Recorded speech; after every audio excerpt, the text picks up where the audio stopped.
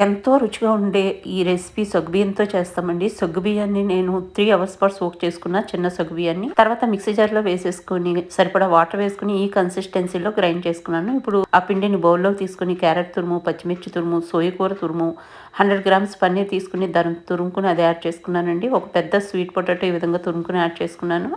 Dry roast చేసుకొని పలుకులుగా చేసుకున్నటువంటి వేరుశనగ పలుకులు, నానబెట్టుకున్నటువంటి పెసరపప్పు 2 గుప్పుల నిండా వేసుకున్నాను. ఓ టీ స్పూను జీలకర్ర ఇక్కడ యాడ్ చేసుకుంటున్నాను. ఇప్పుడు రుచికి సరిపడా సాల్ట్ వేసేసుకుంటామండి. కర్డ్ కూడా ఇక్కడ యాడ్ చేసేసుకుంటాము. 3/4 కప్ యాడ్ చేశాను నేను ఇక్కడ. ఇప్పుడు అన్నీ మంచిగా మిక్స్ చేసేసుకుంటాం అనమాట. మిక్స్ చేసేస్తే ఒక 10 మినిట్స్ రెస్టింగ్ ఇచ్చుకోవచ్చు. రెస్టింగ్‌కి ఇవ్వకపోయినా కూడా నో ప్రాబ్లమ్ అండి. మొత్తం అంతా మిక్స్ చేసేసుకున్నాం. మనం ప్యాన్ పెట్టేసుకొని ప్యాన్‌ని మనము ఆయిల్‌తో గ్రీజ్ చేసుకుంటాం అనమాట. ఒక టీ స్పూన్ ఆయిల్ వేసుకొని తర్వాత ఒక 2 గరిటెల పిండి తీసుకొని ఈ విధంగా వేసేసుకొని వాళ్ళంట జస్ట్ ఒక హాఫ్ టీ స్పూన్ ఆయిల్ వేసుకుంటాం. అది మొత్తం డ్రై అయిన తర్వాత ఒక సైడ్